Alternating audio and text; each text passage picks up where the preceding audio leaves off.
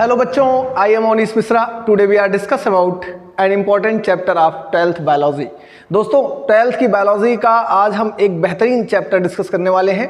बड़ा ही बेहतरीन चैप्टर, बहुत ही कॉन्सेप्चुअल चैप्टर। ढेर सारे क्वेश्चंस बनने की प्रोबेबिलिटी यहाँ से होती है। लगभग 3 से 4 क्वेश्चन बेटा आपके एग्जाम में यहाँ से बन जाते हैं। कई बार 3 से 4 क्वेश्चन पूछे भी गए हैं, वेटेज है। चैप्टर कॉन्सेप्ट से भरा हुआ है। चैप्टर को पढ़ने के लिए ढेर सारी मैच्योरिटी की ज़रूरत है। अगर आप मैच्योर नहीं हैं, आपके दिमाग में भूसा भरा हुआ है, तो इस चैप्टर को पढ़ने में आपको मज़ा नहीं आएगा, आपको दुनिया की खुराफात आएगी। चैप्टर बड़ा ही बेहतरीन है, बहुत बेहतरीन चैप्टर है। अक्सर बच्चे इसके लिए पढ़ने के लिए उतावले भी रहते हैं कि भाई ये चैप्टर, अरे सर रिप्रोडक्शन कब स्टार्ट करने वाले हैं। हाँ, तो वही आपका जाना पहचाना बड़ा प्यारा चैप्टर रिप्रोडक्शन, ह्यूमन रिप्रोडक्शन दोस्तों आज हम पढ़ने वाले हैं।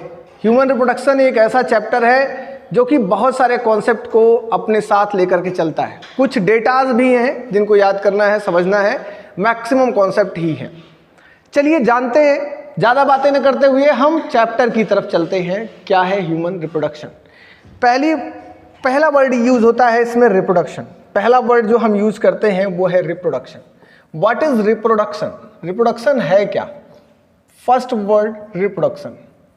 दोस्तों क्या है रिप्रोडक्शन? अगर हम बात करें रिप्रोडक्शन की तो what is reproduction? First word what is reproduction? Reproduction क्या है? डेफिनेशन सिंपल सी बात है, 9th 10th में भी आप पढ़ चुके होंगे और ये बात आपको सुनने को मिली होगी। रिप्रोडक्शन क्या है, वहाँ पर ज़्यादा डिटेल तो नहीं दिया हुआ है क्योंकि फिजियोलॉजी के और भी टॉपिक्स दिए हैं 9th 10th में, जैसे कि डाइजेशन आपको पढ़ाया गया है, एक्सक्रीशन पढ़ाया गया है, ब्लड सर्कुलेशन के बारे में भी पढ़ाया गया है, लेकिन रिप्रोडक्शन के बारे में 9th 10th में नहीं दिया गया, 11th में भी नहीं दिया गया। क्यों नहीं दिया गया? इसलिए नहीं दिया गया क्योंकि आपको उतनी मैच्योरिटी नहीं थी कि आप इस चैप्टर को होल्ड कर पाते। इसलिए एनसीईआरटी ने इस चैप्टर को 12th में रखा है। बेटा यह कुछ बहुत बड़ी बात नहीं है। इस चैप्टर में हम वही पढ़ते हैं कि दुनिया का सृजन कैसे होता है, दुनिया का निर्माण कैसे होता है। बस इस चैप्टर को हम यही इसमें पढ़ते हैं और दुनिया के बारे में अवेयर होते हैं। सृजन के बारे में, कह लीजिए निर्माण के बारे में हम सीखते हैं यहाँ पर,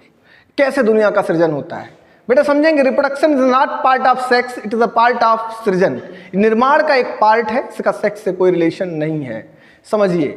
बेटा हम बात करते हैं रिप्रोडक्शन क्या है, तो वर्ड इसमें एक जो रिप्रो आया है, री मतलब होता है बेटा अगेन, री का मतलब क्या होता है? अगेन। और प्रोडक्शन का मतलब आपको पता है कि क्या होता है बेटा? फॉर्मेशन। प्रोडक्शन का मतलब क्या होता है? फॉर्मेशन। मतलब एक बार बना और दोबारा अपने जैसे बनाया, एक बार बन गया और दोबारा अपने ही जैसे बना लिया, इसी प्रोसेस को क्या बोलेंगे बेटा? रिप्रोडक्शन। कह लें कि यह लिविंग ऑर्गेनिज्म का एक इसेंशियल फीचर है, डिफाइनिंग फीचर तो नहीं है क्योंकि मैंने आपको लिविंग वर्ड पढ़ाते टाइम पढ़ाया था। Reproduction is the not defining feature of living. यह किसी भी लिविंग का डिफाइन नहीं करता क्योंकि कुछ ऐसे बेटा लिविंग भी हैं जो रिप्रोड्यूस नहीं कर सकते, जो बच्चों को जन्म नहीं दे सकते, तो इसलिए हम इसे डिफाइनिंग फीचर नहीं कहेंगे। बट हाँ, हम कह सकते हैं कि reproduction is the characteristic feature of living being. बेटा यह जो है कैरेक्टरिस्टिक फीचर है या इसेंशियल फीचर है, और इस फीचर में देखते क्या है कि अपने जैसे संतानों को बना लेने की क्षमता, अपने जैसे लोगों को ही जनरेट कर लेने की पावर क्या कहलाती है? रिप्रोडक्शन कहलाती है दोस्तों। क्या कहलाती है? रिप्रोडक्शन कहलाती है। कोई रॉकेट साइंस नहीं है, बहुत इजी सा मामला है, कुछ और नहीं है बच्चों। पूरे लिविंग वर्ल्ड में अगर हम देखेंगे तो यह प्रोसेस देखने को मिलती है और इसी प्रोसेस के द्वारा लिविंग्स अपने आप को मल्टीपल करते हैं, अपनी नंबर्स को बढ़ाते हैं, अपनी पॉपुलेशन बढ़ाते हैं। अब कैसे पॉपुलेशन बढ़ाते हैं और किन किन टाइप के ऑर्गेनिज्म में ये प्रोसेस देखने को मिलती है? क्वेश्चन नंबर 2 बेटा समझोगे, बहुत सिंपल सी बात है। यह प्रोसेस आपको दुनिया के हर टाइप के इंडिविजुअल में देखने को मिलेगी। जैसे कि अगर हम बात करें तो reproduction also found on unicellular, ये बेटा यूनिसेलुलर ऑर्गेनिज्म में देखने को मिलेगी। आल्सो फाउंड ऑन मल्टीसेलुलर, ये मल्टीसेलुलर में भी देखने को मिलेगी, मल्टीसेलुलर में भी देखने को मिलेगी। Also found on unicellular, multicellular के साथ साथ बेटा आप देखेंगे वे ऑर्गेनिज्म, जैसे कि प्लांट के केस में अगर हम देख लें, चाहे वो प्लांट्स होगा चाहे वो एनिमल होगा, यूनिसेलुलर प्लांट्स या यूनिसेलुलर एनिमल्स, मल्टीसेलुलर प्लांट्स या मल्टीसेलुलर एनिमल्स, ये दोनों जगह पर आपको देखने को मिलेगा। अब ये बात अलग है कि कुछ एनिमल्स ऐसे हैं जहां पर इनके टाइप अलग अलग होते हैं। कहीं पर देखने को मिलेगा रिप्रोड्यूस करने के लिए ये कहीं कहीं पर सेक्सुअल रिप्रोडक्शन करते हैं और कहीं कहीं पर एसेक्सुअल करते हैं। जरा देख लेते हैं, जैसे कि अगर बात करें टाइप्स ऑफ रिप्रोडक्शन की, बेटा किसकी बात करें, अगर हम टाइप्स लेते हैं, टाइप्स अगर बात करें टाइप्स ऑफ रिप्रोडक्शन की, तो बेटा इनके जो टाइप्स हैं वो 2 टाइप के हैं, आप जानते ही हैं, मेनली 2 टाइप्स। सेक्सुअल रिप्रोडक्शन एक को बोलते हैं सेक्सुअल रिप्रोडक्शन, एक है अपना सेक्सुअल रिप्रोडक्शन। सेकेंड टाइप को बोलते हैं एसेक्सुअल रिप्रोडक्शन। क्या बोलते हैं? एसेक्सुअल।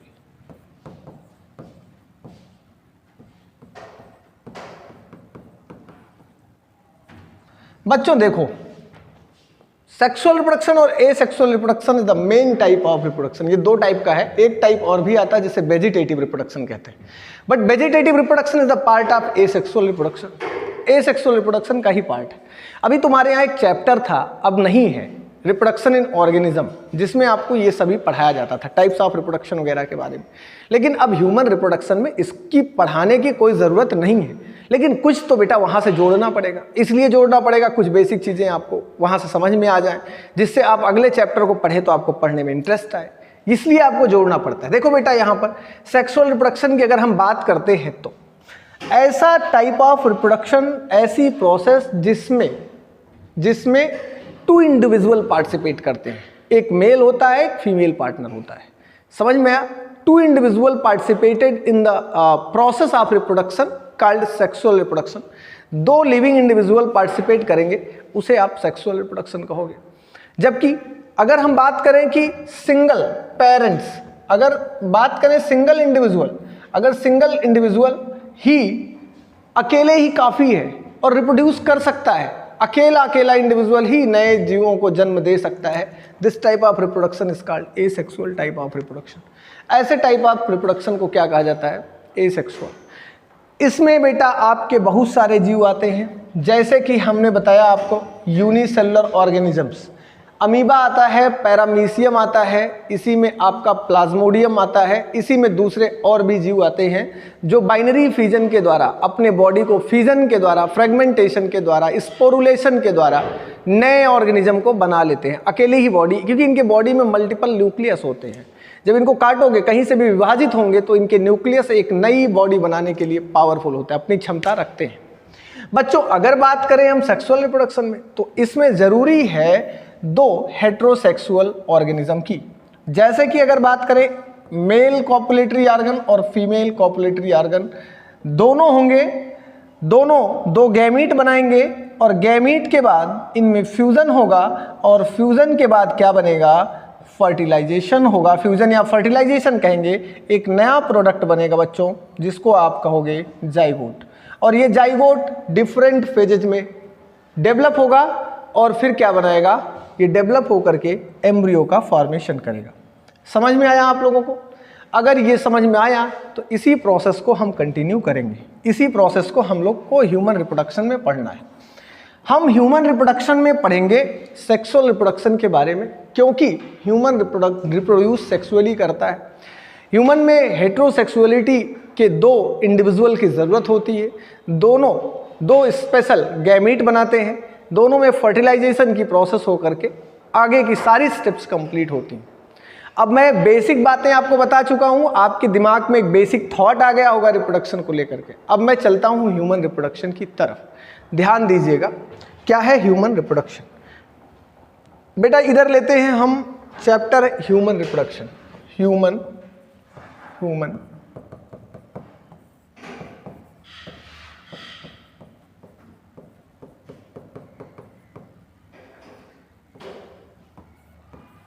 देखिएगा, अगर हम बात करते हैं ह्यूमन रिप्रोडक्शन की, तो इसमें सबसे बड़ी बात यह है, मैंने बताया कि 2 पार्टनर पार्टिसिपेट करते हैं।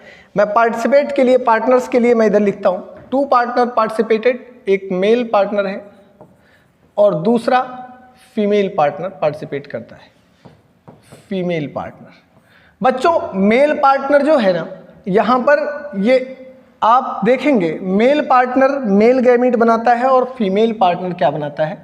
फीमेल गैमीट बनाता है। ऑलवेज मेल पार्टनर बनाएगा मेल गैमीट। अच्छा, दोनों का साइन बायोलॉजी में एक छोटी सी बात आपको बता देते हैं, ये तो आप जानते ही होंगे। देखो, मेल के लिए ऐसा साइन बनाते हैं एरो वाला, फीमेल के लिए जो साइन बनाते हैं वो इस तरह से बनाते हैं, ये वाला, ठीक है ना। तो आप जानते रहिएगा, ये साइन मेल का है, ये पहचान चिन्ह, और ये पहचान चिन्ह फीमेल का है। बच्चों, मेल पार्टनर ऑलवेज मेल के अंदर बनेगा मेल गैमीट और फीमेल के अंदर बनेगा फीमेल गैमीट। इसमें कोई रॉकेट साइंस की बात नहीं मेरे भाई, आप समझ चुके होंगे। अब मेल के अंदर जो मेल गैमीट बनता है उसका नाम क्या है बेटा? उसका नाम है स्पर्म। क्या नाम है? स्पर्म। फीमेल के अंदर जो फीमेल गैमीट बनता है उसका नाम है ओवम। क्या नाम है? ओवम। बेटा, स्पर्म जो बनता है ये कहां पर बनता है? मेल के reproductive organ, primary reproductive organ कह लो, टेस्टिस में बनता है। कहां पर बनता है? ये कहां पर बनता है बेटा? तो यहां पर लिख देते हैं हम लोग, ये टेस्टिस में बनता है। कहां बनेगा? मेल रिप्रोडक्टिव आर्गन के टेस्टिस में स्पर्म का फॉर्मेशन होगा। और ओवम कहां बनेगा बेटा? तो ये ओवम का सिंथेसाइजेशन में फीमेल रिप्रोडक्टिव आर्गन के कहां पर होगा? समझेंगे, फीमेल रिप्रोडक्टिव आर्गन के ओवरी में होगा। कहां पर होगा बेटा? ओवरी में होगा। ये ओवरी में होगा और ये टेस्टिस में बनेगा स्पर्म, ओवरी में बनेगा ओवम। ये दो बात क्लियर हो गई बेटा। देखो, एक क्वेश्चन में साथ साथ और भी कवर करता हूं। मेल का प्राइमरी रिप्रोडक्टिव आर्गन क्वेश्चन आता है, प्राइमरी रिप्रोडक्टिव आर्गन क्या है और सेकेंडरी रिप्रोडक्टिव आर्गन। बच्चों, टेस्टिस मेल का प्राइमरी रिप्रोडक्टिव आर्गन है, जबकि फीमेल का प्राइमरी रिप्रोडक्टिव आर्गन क्या है? ओवरी है। ओवरी के अंदर एग का, ओवम का सिंथेसाइजेशन होता है जिसे फीमेल गैमीट कहते हैं, जबकि बेटा स्पर्म मेल गैमीट का सिंथेसाइजेशन मेल के प्राइमरी रिप्रोडक्टिव आर्गन टेस्टिस में होता है। समझना, मैं इस बात को फिर से बताता हूं आपको। फीमेल प्राइमरी रिप्रोडक्टिव आर्गन क्या है? फीमेल का मैंने बताया, फीमेल गैमीट क्या है बेटा? ओवम है। कहां बनता है? ओवरी में बनता है। तो ये लिख लेते हैं, it is synthesised in ovary, ovary में सिंथेसाइज हो रहा है। जबकि ये लिख लेते हैं टेस्टिस, ओवरी नहीं लिखना है यहाँ पे यार, थोड़ा सा, it is the primary reproductive organ. यहाँ पर हम लिख सकते हैं it is the primary reproductive organ. ये ओवरी क्या है?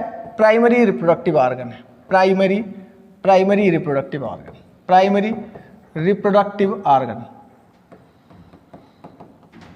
जबकि बच्चों टेस्टिस ये फीमेल का, और इधर लिख सकते हैं is the primary reproductive organ, primary reproductive organ, primary reproductive organ of male. ये मेल का प्राइमरी रिप्रोडक्टिव आर्गन है। कौन बेटा? टेस्टिस। देखो बेटा, एक बात और समझना है, फीमेल गैमीट जब बनता है तो इस प्रोसेस को एक नाम देते हैं, इस स्पेशल प्रोसेस को, ओवम के बनने की प्रोसेस को कहा जाता है oogenesis। क्या नाम दिया जाता है? oogenesis। Formation of ovum in female primary reproductive organ ovary, this process is called oogenesis। oogenesis मतलब ओवा का फॉर्मेशन, इस स्टेप को oogenesis कहते हैं। जबकि बच्चों, अगर हम बात करें कि मेल बॉडी में स्पर्म के फॉर्मेशन की प्रोसेस को हम एक नाम देते हैं यूनिक, स्पर्मेटोजेनेसिस। स्पर्मेटोजेनेसिस, इसे हम बोलते हैं स्पर्मेटोजेनेसिस। स्पर्म के फॉर्मेशन को हम क्या नाम देते हैं? स्पर्मेटोजेनेसिस। ओवा के फॉर्मेशन को हम क्या नाम देते हैं? oogenesis। कहाँ बनता है? फीमेल प्राइमरी रिप्रोडक्टिव आर्गन में। स्पर्म कहाँ बनता है? मेल प्राइमरी रिप्रोडक्टिव आर्गन में। क्या बनाता है? स्पर्म बनाता है। और स्पर्म के बनने की प्रोसेस को क्या कहा जाता है? स्पर्मेटोजेनेसिस कहा जाता है। ये प्रोसेस बहुत छोटी सी है, बस इतना ही समझना है। अब बात करते हैं स्पर्म और ओवम जब दोनों बन जाते हैं रिप्रोडक्टिव ऑर्गन्स में, तो बेटा समझो, जब हमारे पास दो गैमीट, हम कह रहे हैं कि ये बन गया मेल गैमीट बन गया, और बन गया अपने पास ये फीमेल गैमीट बन गया। मेल गैमीट और फीमेल गैमीट बन गए दोनों, तो क्या होगा अगला प्रोसेस?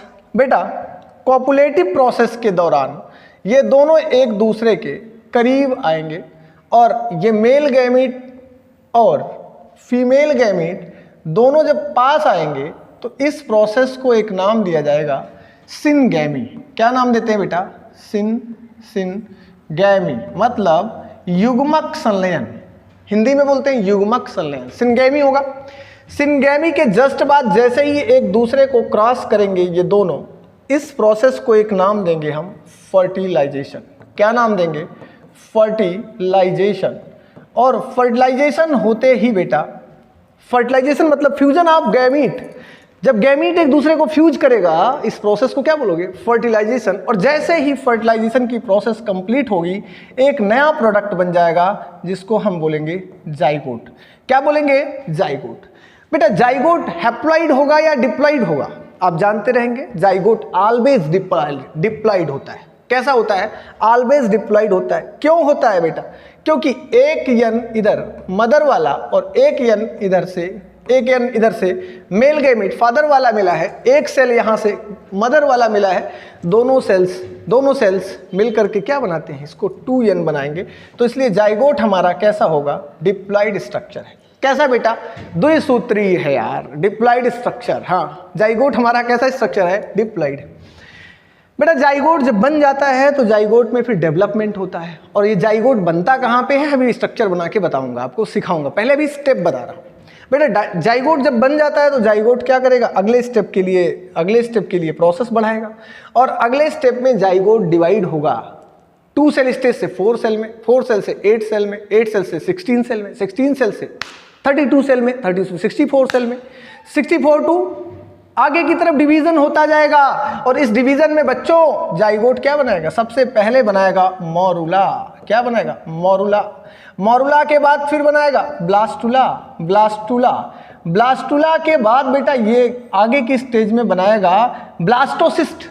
लास्ट स्टेज है, इम्प्लांटेशन की स्टेज है बच्चों। ब्लास्टोसिस्ट की स्टेज तक ये जा करके फिक्स होगा, ब्लास्टोसिस्ट बनाएगा। और ब्लास्टोसिस्ट जा करके फिक्स हो जाएगा कहाँ पर? यूटेराइन वाल पर। ये लिख सकते हैं फिक्स्ड ऑन यूटेराइन वाल। ये यूटेराइन वाल पर बेटे फिक्स हो जाएगा और यहीं पर ये डेवलप होना शुरू करेगा।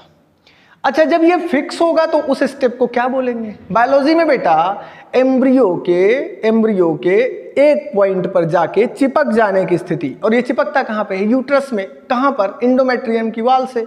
बेटा एक पॉइंट पर जाकर फिक्स हो जाने की प्रोसेस को कहते हैं इम्प्लांटेशन। मतलब इम्प्लांट हो गया मेरे भाई। क्या हो गया? एम्ब्रियो ने इम्प्लांटेशन ले लिया। यहां पर मैं लिख देता हूं इम्प्लांट हो गया, दैट इज कॉल्ड इम्प्लांटेशन।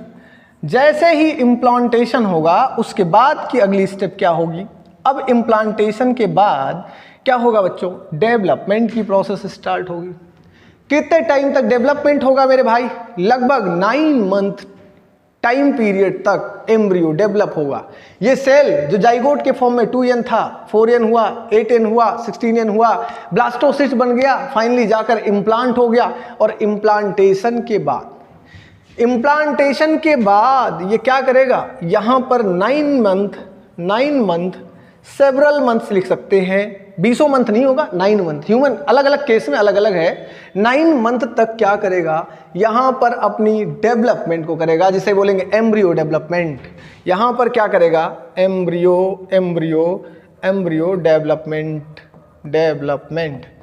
मेरे बच्चों यहाँ पर एम्ब्रियो डेवलपमेंट करेगा और एम्ब्रियो के डेवलपमेंट के टाइम को बोलते हैं गेस्टेशन पीरियड। क्या बोलते हैं? Gestation period. ध्यान देना, इस पीरियड को नाम दिया जाता है स्पेशल गेस्टेशन पीरियड। समझेंगे? ये पीरियड है गेस्टेशन पीरियड। और गेस्टेशन पीरियड कितने टाइम का होता है ये क्वेश्चन आपसे पूछ सकता है, आप जानते रहिएगा। गेस्टेशन पीरियड मतलब developmental period of embryo called gestation period which is approximately 9 month 4 days, 9 month 5 days, 9 month 6 days, 9 month 10 days, इससे ज़्यादा नहीं होता। बेटा आप देखो आगे की बात, गेस्टेशन होने के जस्ट बाद, गेस्टेशन पीरियड के बाद फिर अगला टाइम जब डेवलपमेंट कंप्लीट होता है तो अगला स्टेप क्या आ जाता है? आपको तो पता ही है। अगला स्टेप आता है बेटा बेबी बर्थ। बच्चे के बर्थ का टाइम आता है और मिठाई बंटनी शुरू होती है। ये बेबी के बर्थ का टाइम है। और बेबी के बर्थ के बाद को क्या बोलते हैं बायोलॉजी में? यहाँ बेबी बर्थ वर्थ नहीं बोला जाता, यहाँ का अलग अलग बायोलॉजी का नाम है। बेटा इसको एक नाम देते हैं पार्चुरेशन। क्या नाम देते हैं? यहाँ पर हम एक नाम देते हैं पार्चुरेशन। क्या नाम देते हैं? पार्चुरेशन। समझेंगे? पार्चुरेशन। ये नाम है पार्चुरेशन, मतलब birth of baby. But is birth of baby को क्या बोलते हैं, स्टेप जानते रहिएगा, पार्चुरेशन कहा जाता है। क्या कहा जाता है बेटा, पार्चुरेशन कहा जाता है। डेवलपमेंट ऑफ एम्ब्रियो को क्या कहा जाता है, गेस्टेशन कहा जाता है। एम्ब्रियो के यूटेराइन वाल पर फिक्सेशन को क्या कहा जाता है, इम्प्लांटेशन कहा जाता है। ये सभी वर्ड्स आपको याद होने चाहिए, गलती नहीं करोगे, कहीं से भी भूल करके भी नहीं, कोई गलती नहीं। हाँ आगे देखते बेटा, जब पार्चुरेशन कंप्लीट होगा तो पार्चुरेशन के बाद बेबी का बर्थ हो गया, अब उसको क्या चाहिए मेरे भाई, उसको दूध चाहिए ना, अब उसको अपनी माँ का दूध चाहिए। इस फेज को बेटा कहते हैं लैक्टेशन। क्या नाम देते हैं, लैक्टेशन पीरियड। और ये पीरियड जो है ये मिल्क फीडिंग का पीरियड है, किसका, एम्ब्रियो का। एम्ब्रियो नहीं कहेंगे, अब उसको इन्फेंट कहने लगते हैं हम। क्या बोलने लगते हैं, दूध पीते हुए बच्चे को बायोलॉजी में इन्फेंट कहा जाता है। तो हम लिख सकते हैं lactation period of infant. Infant का लैक्टेशन पीरियड है बच्चों, और ये अप्रॉक्सीमेटली कभी कभी कम होता है, कभी ज़्यादा होता है। एनसीईआरटी तो 6 महीने लिखती है, तो अब 6 महीने जानते रहिएगा। इस टाइम प्रोलैक्टिन का लेवल बढ़ जाता है, मिल्क का फॉर्मेशन होना स्टार्ट होता है, ऑक्सीटोसिन काम करता है, मिल्क खूब रिलीज होता है, बच्चा जम के पीता है। समझ में आया, कोई प्रॉब्लम नहीं। अभी तक मैंने आपको इस पूरे चैप्टर में पढ़े जाने वाले सारे टॉपिक्स के बारे में बताया है बच्चों। अभी समझो इसको, समझो कौन कौन से टॉपिक्स आपको करने हैं। जरा देखो इधर, ह्यूमन रिप्रोडक्शन जब आप पढ़ोगे तो मेल और फीमेल में गैमीट सिंथेसाइजेशन की प्रोसेस पढ़नी है, जिसमें हम लोग सबसे पहले करेंगे स्पर्मेटोजेनेसिस की प्रोसेस को, फिर हम पढ़ेंगे oogenesis की प्रोसेस को, ध्यान देना। फिर oogenesis में हम पढ़ेंगे कैसे ओवा का फॉर्मेशन होता है ओवरी के अंदर, कौन कौन से हार्मोन्स कैसे LH और FSH ओवा को डेवलप कराते हैं, ओव्यूलेट करवाते हैं, कार्पस ल्यूटियम बनता है और कार्पस एल्बाइकेंस बनता है, फिर प्रोजेस्टेरॉन निकलता है, एस्ट्रोजन का लेवल बढ़ता है, इनहिबिन निकलता है। ये सारी बातें बड़े ही एक्सप्लेनेशन में पढ़ेंगे हम। कहां पर पढ़ेंगे, oogenesis में बेटा। उसके बाद हम पढ़ेंगे स्पर्मेटोजेनेसिस। स्पर्मेटोजेनेसिस की process, formation of sperm in testis, कैसे लीडिंग सेल, इंटरस्टिशियल सेल्स और सर्टोरी सेल्स मिलकर के बेहतरीन तरीके से स्पर्म का फॉर्मेशन, स्पर्म सेल्स बनाती हैं, और कैसे फिर स्पर्म सेल मैच्योर होकर के ओवा को फ्यूज करने के लिए कैपेबल होता है। पूरी चीजें यहां पर हम आपको पढ़ाएंगे बेहतरीन अंदाज में। इसके बाद बेटा, इसके बाद फिर हम आपको पढ़ाएंगे इस टॉपिक के बारे में, मेल गैमीट और फीमेल गैमीट, फिर फर्टिलाइजेशन। आफ्टर फर्टिलाइजेशन स्टेज कैसे जाइगोट बनता है, जाइगोट से मारुला कैसे बनता है, मारुला से ओविडक्ट के अंदर ब्लास्टुला कैसे बनता है, ब्लास्टुला से फिर हम आपको बताएंगे ये ब्लास्टोसील कैसे बनता है, और ब्लास्टोसील से ब्लास्टोसिस्ट कैसे बनता है। सॉरी, ब्लास्टोसील नहीं, ब्लास्टोसील तो कैविटी है, ब्लास्टोसिस्ट डायरेक्ट कैसे बनता है, इसके बारे में पढ़ाएंगे। फिर इसके बाद आपको स्टेप इम्प्लांटेशन की तरफ ले चलेंगे। बच्चा इम्प्लांट कैसे होता है, डेसिडुआ की हेल्प से। बच्चा कैसे इम्प्लांट होता है, इंडोमेट्रियम की वाल पर, इसको बताएंगे। कौन से हार्मोन का लेवल उसको अप किए रखता है, कैसे उसको प्रेगनेंसी को कंसीव करने में हेल्प मिलती है, कैसे प्रेगनेंसी कंसीव होने में हेल्प मिलती है, कौन से हार्मोन की हेल्प से, ये पढ़ेंगे। फिर हम 9 मंथ के गेस्टेशन पीरियड के डेवलपमेंटल फेज को पढ़ेंगे, कब कब बच्चे का कौन कौन सा पार्ट डेवलप होता है, बॉडी का कौन कौन सा पार्ट किस किस टाइम पीरियड पे डेवलप होता है, ठीक है ना। जैसे कि फर्स्ट टाइम पे सबसे पहले हार्ट का डेवलपमेंट, फिर डिजिट का डेवलपमेंट, उंगलियों का डेवलपमेंट, फिंगर का डेवलपमेंट, थाइज का डेवलपमेंट, बॉडी पर हेयर्स का आना, फिर डेवलपमेंटल फेज लास्ट 3 महीने की, जिसमें बच्चे में कुछ बनता नहीं, सब डेवलपमेंट हो चुका होता है, मैच्योरिंग फेज आता है। गेस्टेशन की बात फिर बेटा बेबी बर्थ पार्चुरेशन की फेज पढ़ेंगे, कौन कौन से हार्मोन्स हैं जो यूट्राइन वाल में कॉन्ट्रैक्शन देते हैं, जिसकी हेल्प से ऑक्सीटेशन वगैरह काम करते हैं, जिसकी हेल्प से क्या होता है, बेबी बर्थ होती है। फिर बेटा हम इसके बाद टॉपिक लेंगे लैक्टेशन, कौन सा ऐसा हार्मोन्स है जो माँ में दूध बनाता है और उसके बच्चे को दूध पीने में हेल्प मिलती है। लैक्टेशन पढ़ लेंगे तो हमारा यहाँ मामला कंप्लीट हो जाएगा, ये चैप्टर फिनिश। समझ में आया इस चैप्टर में क्या क्या पढ़ना है, सबको समझ में आ गया होगा। कुछ है ही नहीं यार, बहुत छोटा सा चैप्टर है, बहुत बेहतरीन चैप्टर है, बड़ा ही इंटरेस्टिंग चैप्टर है, लेकिन तुम तो यार अपने दिमाग में भूसा भर के बैठे हो, पता नहीं क्या क्या पढ़ना है रिप्रोडक्शन के बारे में। सर हमको रिप्रोडक्शन पढ़वा दीजिए, बहुत खुश रहते हो मेरे भाई, वो है नहीं जो तुम सोच के बैठे रहते हो। आओ देखो, हम आपको बताते हैं इस निर्माण की प्रोसेस के बारे में, सृजन की प्रोसेस के बारे में, दुनिया के बारे में, और कैसे कैसे क्या क्या प्रोसेस होती है। मैं आज थोड़ी सी बात आपको बताऊंगा और आपके ब्रेन पर कंट्रोल रखने का तरीका समझाऊंगा। देखो, जहां से चीज़ें रेगुलेट होती हैं वहीं से ये चीज़ें भी रेगुलेट होती हैं। आओ देखते हैं, क्योंकि हम जो भी करते हैं वो सब बॉडी से ही रेगुलेट होता है। आओ लेते हैं बेटा, कुछ नहीं सोचते हुए, ज़्यादा नहीं, हम टॉपिक्स को लेते हैं अपना, और हमारा टॉपिक्स जो है आज का, समझिएगा, इसमें अपना टॉपिक है आज लेते हैं कि ये हमारे बॉडी से हार्मोन्स कैसे एक्सक्रीट आउट होते हैं और बॉडी के फंक्शंस को करवाते कैसे हैं ना। तो बेटा देखो, हमारे बॉडी में कुछ सिस्टम है। हम अगर देखें तो हमारी बॉडी में एक सिस्टम बेहतरीन तरीके से बेहतरीन अंदाज में काम करता है और उस सिस्टम को हम नाम देते हैं यहाँ पर जैसे कि हाँ, यहाँ पर हम नाम देते हैं, समझना बेटा, यहाँ पर हम नाम देते हैं इस पूरे सिस्टम को, इस सिस्टम को हम नाम देते हैं ब्रेन का एक सिस्टम है, आप तो जानते ही है। ये सिस्टम ऐसा है। ये देखिए जो स्ट्रक्चर आपको दिख रहा है, ये स्ट्रक्चर आपके ब्रेन का है बेटा। किसका है? ब्रेन का है। मैं आपको एक स्ट्रक्चर और भी दिखाता हूँ थोड़ा सा, और इसके ऊपर यहाँ से एक स्ट्रक्चर दिखता है।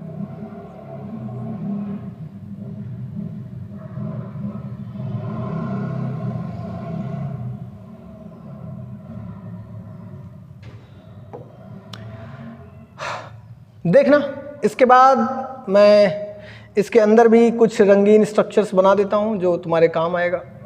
1 2 3 4 और 5। चलो ये हो गया। इसके बाद बेटा कुछ स्ट्रक्चर्स और भी बना देते हैं जो तुम्हारे काम आने वाला है। अरे देखते हैं बेटा क्या स्ट्रक्चर है जो आपके काम आ सकता है भाई।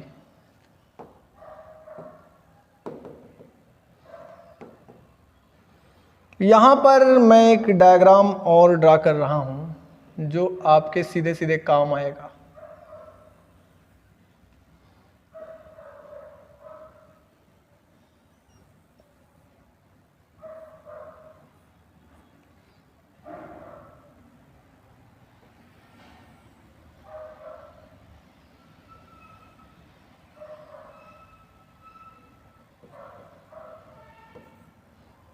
चलो, यहाँ पर इस डायग्राम को बनाने की बहुत ज़्यादा ज़रूरत नहीं होती है। मैं आपको न्यूरल कंट्रोल एंड कोऑर्डिनेशन में ये बहुत बार बता चुका हूँ, लेकिन तब भी यहाँ पर इसलिए बना रहा हूँ क्योंकि आपको एक बार फिर से सब कुछ याद आ जाएगा। देखो, मैं इस पार्ट को अगर आप के लिए बनाया हूँ तो शायद आप समझ चुके होंगे कि ये पार्ट क्या है। ये अपना बेटा पार्ट है हाइपोथैलेमस का। किसका पार्ट है? हाइपोथैलेमस। ये अपना पार्ट है हाइपोथैलेमस का। समझो, हाइपोथैलेमस क्या है? ब्रेन का एक पार्ट है। आपको समझ में आया ही होगा बेटा। हाइपोथैलेमस के बाद ये जो बाइलोब स्ट्रक्चर दिख रहा है, ये स्ट्रक्चर जो है, ये स्ट्रक्चर जो बाइलोब दिख रहा है, इसका नाम है, ये वाला जो स्ट्रक्चर है ये आपका पोस्टीरियर पिट्यूटरी है। पोस्टीरियर पिट्यूटरी है। ये पोस्टीरियर पिट्यूटरी ग्लैंड है। बच्चों, ये वाला जो स्ट्रक्चर दिख रहा है ये आपका एंटीरियर पिट्यूटरी है। क्या है? एंटीरियर पिट्यूटरी है। ये एंटीरियर पिट्यूटरी। और एंटीरियर पिट्यूटरी और पोस्टीरियर पिट्यूटरी में थोड़ा सा डिफरेंस आपको दिख रहा होगा। क्या दिख रहा है? अब यहीं से समझना है। देखो, एंटीरियर पिट्यूटरी में 5 गोल गोल सेल्स दिख रही, मैंने बनाई है, यहाँ पर कुछ नहीं बनाया है, तो इसका मतलब कुछ तो है ही भाई। तो आप कह सकते हैं कि अच्छा, इसको नाम भी अलग अलग देते हैं, एडिनो हाइपोफाइसिस, न्यूरो हाइपोफाइसिस, जो कि न्यूरल कंट्रोल कोऑर्डिनेशन में मैंने आपको कराया। जो ये वाला स्ट्रक्चर वाइट स्ट्रक्चर से बनाया है, ये आपका पोर्टल वेन है। क्या है? पोर्टल वेन है भाई। ये आपका पोर्टल वेन है। ये पोर्टल वेन है, तो इसके बारे में, तो पोर्टल वेन का मतलब है जो वेन से स्टार्ट होती है, वेन में ही ओपन होती है। बता चुका हूँ हार्ट वाले चैप्टर में। बेसिक चीज़ें कुछ रह नहीं गई हैं, लेकिन तब भी बीच बीच में आपको इंट्रोड्यूस करवा रहा हूँ। देखो, पोर्टल वेन, वेन से खुले वेन में टूटे, वेन से ओपन हो वेन में खुल जा करके पोर्टल वेन। तो मेरे भाई यहाँ पर ये वेन से खुल करके वेन में आ रही है, ये पोर्टल वेन है, ये भी पोर्टल वेन है, दोनों पोर्टल वेन है। ठीक है ना? काम क्या करती है ये जानना है बेटा। यहाँ से कुछ चीज़ों को लेकर के, एक ट्यूब है, एक पाइप है, एक वेन है, वेन का काम ही है। यहाँ से कुछ चीज़ों को लेकर के आए और एंटीरियर पिट्यूटरी में छोड़ दे। यहाँ से कुछ चीज़ों को लेकर के आए, पोस्टीरियर पिट्यूटरी में छोड़ दे। रिप्रोडक्शन में क्या चीज़ लेकर के आएगी? क्यों छोड़ेगी सर जी? आप पढ़ा रहे हैं रिप्रोडक्शन और पढ़ाने लगे न्यूरल कंट्रोल कोऑर्डिनेशन, ऐसा क्यों?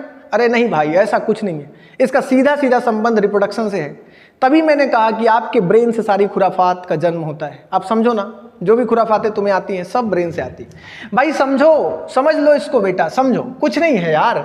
मैंने कहा कि हाइपोथैलेमस के बिना कुछ नहीं होगा, जब तक एंटीरियर पिट्यूटरी नहीं चाहेगा कुछ नहीं होगा। हाँ, कुछ भी नहीं होगा भाई, पत्ता नहीं हिलेगा। मैंने कहा हाइपोथैलेमस से कुछ सिक्रीशन होगा और आएगा, आकर के एंटीरियर पिट्यूटरी की इन जो ग्लैंड्स हैं, इन ग्लैंड को स्टिमुलेट करेगा। और इन ग्लैंड के अंदर भरा हुआ है कुछ माल मटेरियल भाई, कुछ यहाँ पर भरा हुआ है माल मटेरियल, और ये माल मटेरियल जब सिक्रीट होगा तो ही आगे का मामला बढ़ेगा। लेकिन ये अपने आप होता नहीं है, जब तक दिमाग में खुराफात आएगा नहीं, जब तक वो टाइम पीरियड आएगा नहीं, जब तक आना नहीं, जिसका आने की ज़रूरत है, तब तक कुछ नहीं होगा। टाइम पीरियड कैसे आएगा मैं आपको बताऊं बच्चों। होता क्या है कि ये पांचों तरह की सेल्स हैं, इनका अलग अलग नाम है। जैसे कि आप अगर जानते होंगे तो अच्छी बात है, नहीं जानते होंगे तो अभी जान लीजिएगा। थोड़ा थोड़ा मैं एक दो का नाम बता देता हूँ, ज़्यादा तो आपको बताना भी नहीं है क्योंकि ज़्यादा का काम नहीं है यहाँ पे। तो मैं आपको एक दो सेल्स का नाम बता देता हूँ। जैसे कि ये सेल है, इसका नाम लिख देते हैं सोमैटोट्रॉफ, इसका नाम है सोमैटोट्रॉफ सेल्स, ये आपका सोमैटोट्रॉफ सेल्स हो गए। जैसे कि ये सेल्स है, इसका नाम मैं लिख देता हूँ गोनेडोट्रॉफ सेल्स, गोनेडोट्रॉफ सेल्स, ये आपका गोनेडोट्रॉफ सेल्स हो गया। जैसे कि ये सेल्स है, इसका नाम मैं लिख देता हूँ लैक्टोट्रॉफ सेल्स, लैक्टोट्रॉफ सेल्स। जैसे कि ये सेल्स हैं, इनका भी नाम हम लिख देते हैं कॉर्टिकोट्रॉफ सेल्स, कॉर्टिकोट्रॉफ सेल्स, ठीक है ना। और एक सेल्स और भी है कॉर्टिकोट्रॉफ के बाद, थायरोट्रॉफ, थायरोट्रॉफ भी लिख दूं क्या? लिख देता हूँ, ACTH वाला, ठीक है ना। चलो, थायरॉक्सिन रिलीजिंग हार्मोन, थायरोट्रॉफ लिख देते हैं, लिख ही देते हैं थायरोट्रॉफ। जब सब लिख दिया तो एक ही को क्यों छोड़ें? थायरोट्रॉफ हो गया, कॉर्टिकोट्रॉफ हो गया, लैक्टोट्रॉफ हो गया, गोनेडोट्रॉफ हो गया, सोमैटोट्रॉफ। इनके अलग अलग फंक्शन है मेरे भाई, समझना, इनके सबके अलग अलग फंक्शन। सोमैटोट्रॉफ क्या करेगा? सोमैटोट्रोपिन रिलीजिंग हार्मोन एक्सक्रीट कराता, क्या करता है समझो। ये ट्रॉफ सेल्स जो है ना, ये सभी क्या करती हैं? कुछ रिलीज करती है, लेकिन अपने आप से कुछ नहीं करती हैं। जब तक इनको कोई आकर के पीछे से धक्का नहीं देता है, भाई तुम काम करो तभी ये काम करेंगे, जब तक धक्का नहीं देगा कुछ नहीं होगा। धक्का देने के लिए कहां से कौन आएगा? धक्का देने के लिए इस पोर्टल बेन से, इस वाले पोर्टल बेन से बेटा, इस वाले पोर्टल बेन से यहां से भेजा जाता है धक्का देने वाला कंटेंट आएगा। इसको धक्का दे सकता है, इस फॉर्म में इसको धक्का दे सकता है, यहां पर आके इसको दे सकता है, यहां पे दे सकता है। ये आएगा और इनको धक्का देगा, स्टिमुलेट करेगा। भाई तुमको जो तुम्हारा काम है वो करो ना, अब टाइम आ गया है। क्या इनका काम है जरा देखो, ये सब बम की तरह है, पिन निकाल के फेंका तो दग गए, नहीं निकाला तो आराम से पड़े।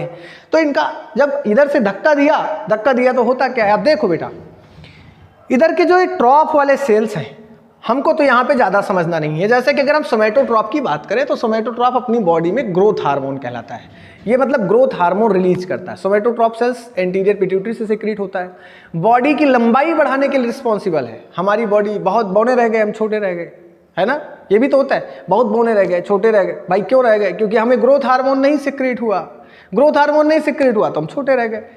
कोई बात नहीं, छोटे रह गए तो छोटे, बहुत सारे छोटे लोग भी बड़ा काम करते हैं यार, कोई टेंशन नहीं लेना, ठीक है। मैं ये कह रहा था कि सोमैटोट्रॉफ ग्रोथ हार्मोन रिलीज करता है, और गोनेडोट्रॉफ क्या? ऐसे ही गोनेड वर्ड यूज किया जाता है किसके लिए? आपको तो पता होगा गोनेड वर्ड किसके लिए यूज किया जाता है? गोनेड वर्ड ऑलवेज यूज किया जाता है किसके लिए? गोनेड का मतलब है रिप्रोडक्टिव ऑर्गन्स के लिए। बेटा गोनेड का मतलब रिप्रोडक्टिव ऑर्गन्स क्या है? गोनेड्स, मेल गोनेड टेस्टिस है और फीमेल गोनेड क्या है? ओवरी है। तो ओवरी के लिए और टेस्टिस के लिए यूज किया जाता है एक वर्ड गोनेड। तो भाई ये टेस्टिस और ओवरी को एक्टिव करता है कौन? गोनेडोट्रॉफ। लेकिन कब एक्टिव करेगा ये बात जानना है। Gonadotroph is responsible for activation of testis and ovary, मतलब इसको फंक्शन देगा, जो कि एकदम सुस्त पड़ा हुआ है उसको फंक्शन देगा, उसको काम कराने के लिए धक्का देगा। भाई शुरू करो, लेकिन देगा कब? जब यहां से इसको कोई धक्का देगा। इसको कौन धक्का देगा? इसको धक्का देने के लिए आएगा कौन? GnRH। कौन आएगा? GnRH, gonadotroph releasing hormone. कौन आएगा? GnRH। Gonadotroph releasing hormones are responsible for stimulation of gonadotroph cells. और जब स्टिमुलेशन देगा तो गोनेडोट्रॉफ सेल्स बेटे रिलीज करेगा LH एंड FSH, जिसकी हेल्प से ये गोनेड्स एक्टिव हो जाएंगे, फंक्शनल हो जाएंगे। समझना मेरी बात को। मैंने कहा ग्रोथ हार्मोन, ये GnRH gonadotropic releasing hormone hypothalamus से निकलकर एंटीरियर पिट्यूटरी में एंट्री करेगा, और इस गोनेडोट्रॉप सेल्स को एक्टिव करवा देगा, इसको एक्टिव कराएगा। क्या करने के लिए एक्टिव कराएगा? बोलेगा भाई जो तुम्हारा काम है तुम शुरू करो। और इनका काम क्या है? इनका काम क्या है आपको पता है? गोनेडोट्रॉप सेल्स जो टेस्टिस और ओवरी में होते हैं, इनका काम होता है दो चीज़ों को एक्सक्रीट कराना। एक हार्मोन इनके पास है LH और दूसरा इनके पास जो हार्मोन है FSH। LH का नाम है ल्यूटिनाइजिंग हार्मोन और FSH का नाम है फॉलिकुलर स्टिमुलेटिंग हार्मोन। मेरी बात समझिएगा, ल्यूटिनाइजिंग हार्मोन रिस्पॉन्सिबल फॉर किसके लिए? किसके लिए? टेस्टोस्टेरोन बनाने के लिए मेल में, फीमेल में ओव्यूलेशन के लिए। कैसे समझाएंगे? समझो, मेरी बात को समझो बेटा। मैंने कहा कि एंटीरियर पिट्यूटरी में एक स्पेशल टाइप की सेल है जिसका नाम है गोनेडोट्रॉप सेल्स। जिसका क्या नाम है? गोनेडोट्रॉप सेल्स। और इस गोनेडोट्रॉप सेल्स को एक्टिव कौन करता है? हाइपोथैलेमस से आकर के एक रिलीजिंग हार्मोन है जिसका नाम है GnRH। जिसका क्या नाम है? GnRH। GnRH आएगा बेटा, गोनेडोट्रॉप को एक्टिव करेगा और गोनेडोट्रॉप हार्मोन्स क्या करेंगे? क्या करेंगे? Gonadotrope hormones LH and FSH release करेंगे। Gonadotrope cells sorry gonadotrope cells release करेंगे LH और FSH को। LH क्या करेगा? मेल में अपना फंक्शन करेगा, फीमेल की बॉडी में ओवरी को फंक्शनल बनाएगा। मैं बताऊंगा कैसे कराएगा। चलो हम LH और FSH तक पहुंच गए हैं। आपको समझ में आ गया होगा कि ये जो अपने लोग पढ़ने वाले हैं गोनेडोट्रॉप सेल्स के बारे में, ये गोनेडोट्रॉप सेल्स एंटीरियर पिट्यूटरी में है और पिट्यूटरी मेल और फीमेल दोनों में है। और ये गोनेडोट्रॉप सेल्स दो हार्मोन निकालते हैं LH और FSH। मेल और फीमेल दोनों में है, इसलिए मेल में भी LH निकलेगा, फीमेल में भी LH निकलेगा। मेल में भी FSH निकलेगा, फीमेल में भी FSH निकलेगा। मेल में भी LH का फंक्शन होगा, फीमेल में भी FSH का फंक्शन होगा। जानते हैं कैसे? आओ चलते हैं। हम GnRH को यहां पर उठा लेते हैं फट से। आओ, हमने यहां पर उठा लिया GnRH। बच्चों GnRH को यहां पर उठा लिया भाई। चलो अगर हम GnRH को उठाते हैं तो हम देखते हैं गोनेडोट्रॉप सेल्स GnRH एक्टिव करेगा। किसको? गोनेडोट्रॉप सेल्स को। गोनेडोट्रॉप सेल्स को एक्टिव करेगा। और गोनेडोट्रॉप सेल्स क्या एक्सक्रीट करेंगी मेरे भाई? गोनेडोट्रॉप सेल रिलीज कराएगी टू टाइप्स के हार्मोन्स। आपको तो पता ही है, ये दो तरह के अपने काम स्टार्ट करेंगी। एक का नाम है क्या? एक का नाम है क्या? LH बोलते हैं, वैसे इनका फुल नाम है ल्यूटिनाइजिंग हार्मोन। दूसरे का नाम है FSH, जिनको हम बोलते हैं फॉलिकुलर स्टिमुलेटिंग हार्मोन। बेटा LH जो है ये मेल में भी सिक्रीट होगा और फीमेल में भी होगा। मेल में भी काम करता है ये दोनों। Both hormones are worked on male and female. ये दोनों में काम करेंगे, ये दोनों में फंक्शनल होंगे, दोनों में फंक्शन करवाएंगे। अब बात करेंगे LH और FSH मेल में कैसे काम करता है और बात करेंगे फीमेल में कैसे काम करता है। तो बेटा अगर हम बात कर लेते हैं मेल का, in the case of male में गोनेडोट्रॉप सेल्स कैसे काम करते हैं। चलो हम बात करते हैं, ये मेल का अगला डायग्राम लेते हैं। मेल की बॉडी में मैं एक स्ट्रक्चर ड्रा करता हूँ। ये स्ट्रक्चर है टेस्टिस का, समझेंगे। TS ऑफ टेस्टिस, सॉरी यार, चलो ये स्ट्रक्चर है भाई टेस्टिस का और इसके अंदर एक स्पेशल टाइप का ऐसा स्ट्रक्चर है, इस तरह का। चलो गोला है और कुछ स्ट्रक्चर इस तरह से हैं, हाँ कुछ डायग्राम इस तरह से हैं। और ये जो अंदर का तरफ का स्ट्रक्चर बनाया मैंने, इसके अंदर कुछ ऐसे छोटे छोटे ऐसे स्ट्रक्चर हैं और एक स्ट्रक्चर ऐसा भी है। चलो बच्चों इसके अंदर भी कुछ फ्लूइड भरा हुआ है, ऐसे हम इनको दूसरे कलर से भरते हैं। ये फ्लूइड भरा हुआ है ऐसे, हाँ ये फ्लूइड भरा हुआ है। अब देखो ये जो स्ट्रक्चर है भाई, ये स्ट्रक्चर है किसका? TS ऑफ टेस्टिस का। किसका स्ट्रक्चर है? ये स्ट्रक्चर है structure of TS of testis. ये टेस्टिस का TS है, TS ऑफ टेस्टिस है।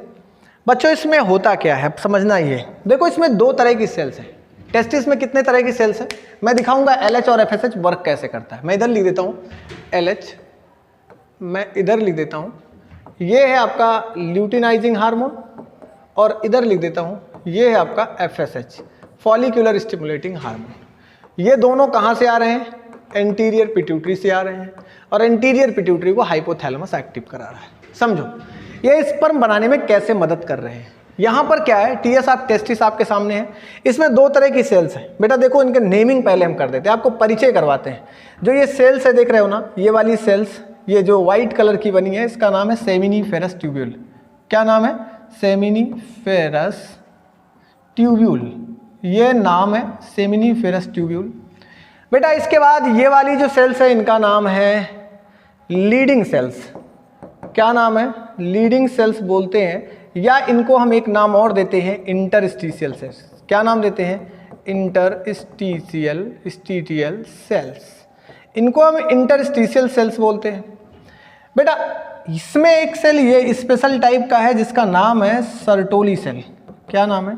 Sertoli sales. ये सर्टोली सेल है, सर्टोली सेल्स, समझिएगा। अब इसमें हमको कुछ बातें समझनी है, जैसे कि ये लीडिंग सेल्स हो गई, इंटरस्टिशियल सेल्स इसी को कहते हैं, OR लिख देते हैं यहाँ, इंटरस्टिशियल सेल्स कहते हैं। इसमें जो फ्लूइड भरा हुआ है इनको हम सेमाइनल फ्लूइड कहते हैं। यहाँ पर लिख देता हूँ सेमाइनल फ्लूइड, ये सेमाइनल फ्लूइड है। बेटा समझो अब LH और FSH अपना क्या करेगा। भाई देखो पहले इसमें क्या होता है, मान लो कि ल्यूटिनाइजिंग हार्मोन्स एंट्री करते हैं। ल्यूटिनाइजिंग हार्मोन्स एंट्री करके सबसे पहले इधर जाते हैं लीडिंग सेल के पास, और लीडिंग सेल के पास जा करके इनको क्या कराते हैं? एक्टिव करते हैं। क्या करते हैं? एक्टिव करते हैं। और लीडिंग सेल जब एक्टिव होता है तो यहाँ से LH का लेवल, LH ने इसको स्टिमुलेट किया, इसको पावर दिया कि भाई तुम शुरू हो जाओ, तुम्हारा काम करने का टाइम आ गया। और ये टाइम पीरियड कब होगा? जब व्यक्ति लगभग 14 साल की उम्र में होगा। मेल लगभग अपने प्यूबर्टी के टाइम पीरियड पर होगा, तब की ये बात है। LH रिलीज होगा अपने टाइम पीरियड पर, बोलेगा भाई तुम अपना काम शुरू करो, और ये अपना काम शुरू क्या करेगा? ये अपना काम शुरू करेगा क्या? लीडिंग सेल को स्टिमुलेट करवाएगा, भाई तुम स्टिमुलेट हो जाओ, अपना काम शुरू करो। ये स्टिमुलेट होगा तो यहाँ से एक्सक्रीट कराएगा टेस्टोस्टेरॉन। आपको तो पता है testosterone, testosterone is the male hormone. ये बेटा मेल हार्मोन है, यही टेस्टोस्टेरॉन आपका मेल हार्मोन है। ये एंड्रोजन बाइंडिंग प्रोटीन की हेल्प से बनता है मेल हार्मोन, ये टेस्टोस्टेरॉन। हाँ, और ये टेस्टोस्टेरॉन रिलीज होगा लीडिंग सेल से। जैसे ही टेस्टोस्टेरॉन रिलीज होगा, अब यही टेस्टोस्टेरॉन हेल्प करेगा आगे जाकर के क्या बनाने? स्पर्म फॉर्मेशन में, क्योंकि मेल हार्मोन बन गया, और मेल हार्मोन बन गया तो बॉडी के डिफरेंट प्राइमरी और सेकेंडरी फंक्शंस के लिए रिस्पॉन्सिबल है। प्राइमरी फंक्शंस स्पर्म का फॉर्मेशन, सेकेंडरी फंक्शन दाढ़ी मूछों का आना, आवाज का भारी होना, बॉडी का स्ट्रांग होना, ये सभी चीजें कौन करता है? टेस्टोस्टेरॉन कराता है मेरे भाई। इसके बाद ये वाला क्या कर रहा है? FSH तो कुछ किया ही नहीं करेगा भाई, ऐसे नहीं हो सकता है कि कुछ नहीं करेगा, बैठा क्यों रहेगा? FSH ने काम किया सर्टोली सेल के पास आकर के, इसको सर्टोली सेल के पास काम किया, और इसके पास जब आया तो सर्टोली सेल के पास होता है एंड्रोजन बाइंडिंग प्रोटीन। क्या होता है? एंड्रोजन बाइंडिंग प्रोटीन, जो कि हेल्प कराता है सर्टोली सेल। दो तीन चीजों को ऐसे एक्सक्रीट करती है, लेकिन यहां पर आपको इतना ही जानना है कि सर्टोली सेल मेनली ABP रखती है, एंड्रोजन बाइंडिंग प्रोटीन रखती है, और साथ साथ क्या रखती है? सर्टोली सेल के पास होता है स्पर्म मैच्योरेटिंग फैक्टर। क्या होता है बेटा? यहां पर हम लिख लेते हैं स्पर्म मैच्योरेटिंग फैक्टर। इसके पास स्पर्म मैच्योरेटिंग फैक्टर होता है जो मदद करता है स्पर्म के मैच्योर में, और ये आकर के काम कहाँ करता है? Worked on Sertoli cell. ये कहाँ पर काम कर रहा है? Sertoli cells. तो पहला क्वेश्चन, FSH कहाँ काम करता है? सर्टोली सेल को स्टिमुलेट करता है।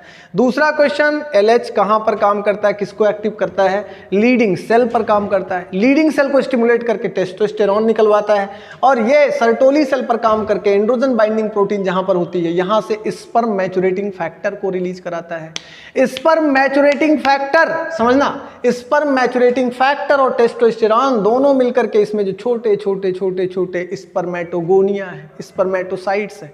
उन सेल्स को क्या करेंगे, डेवलप कराएंगे, उनकी फॉर्मेशन को स्टार्ट करेंगे। बोथ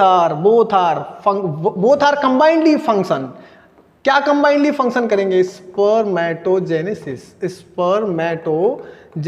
बेटा ये स्पर्मेटोजेनेसिस करेंगे। कौन कौन करेगा, सर्टोली सेल्स और लीडिंग सेल्स। लीडिंग सेल्स और सर्टोली सेल्स दोनों कंबाइंडली मिलकर के क्या करेंगे, दोनों कंबाइंडली मिलकर के बनाएंगे बेटा स्पर्म, और इस प्रोसेस को बोलेंगे स्पर्मेटोजेनेसिस, और यहां से स्पर्म सेल्स बनना स्टार्ट हो जाए।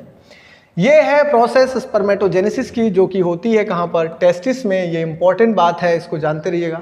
ऐसे ही प्रोसेस ऑपरेट होती है कुछ फीमेल में। फीमेल के लिए भी ऐसे ही फंक्शन होता है LH और FSH का। FSH फॉलिकल्स को डेवलप कराते हैं और LH ओव्यूलेट करवाते हैं। समझाता हूं, समझिएगा। 1 मिनट बेटा रुकते हैं, जरा देखते हैं, वीडियो पॉज तो नहीं हुआ, ठीक है।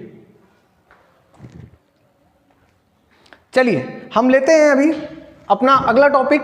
हमारा टॉपिक है नेक्स्ट वाला, लेते हैं यहां पर कैसे LH और FSH फीमेल बॉडी के लिए काम करता है। देखो यहां पर अपने पास यहाँ पर अगर हम बात करें LH और FSH की बात करें, यहाँ पर LH and in female, in the case of female, अगर हम फीमेल की बॉडी में बात करें तो इसमें LH का फंक्शन कैसे होता है, दूसरी बात FSH का फंक्शन कैसा होता है। बेटा समझो, कुछ और नहीं है। LH में इसमें क्या होता है, LH और फंक्शन, तो इसके लिए मैं आपको बना के दिखाता हूँ। मैं बना के आपको दिखाता हूँ ओवरी का पार्ट। वैसे तो यूट्रस का कुछ स्ट्रक्चर ऐसे होता है, ऐसे होता है, ऐसे होता है, और अब आपको मैं ऐसे होता है, मैं आपको यहाँ पर डिटेलिंग करके दिखा दूंगा। इनमें जो ये स्ट्रक्चर है इसको बोलते हैं फिम्बरी। ये वाला पार्ट इनफंडिबुलम कहलाता है, ये वाला पार्ट ओविडक्ट कहलाता है, ये ओविडक्ट हो गया। ये वाला पार्ट इनफंडिबुलम हो गया, इनफंडिबुलम हो गया, इनफंडिबुलम। ये वाला पार्ट फिम्बरी हो गया, फिम्बरी।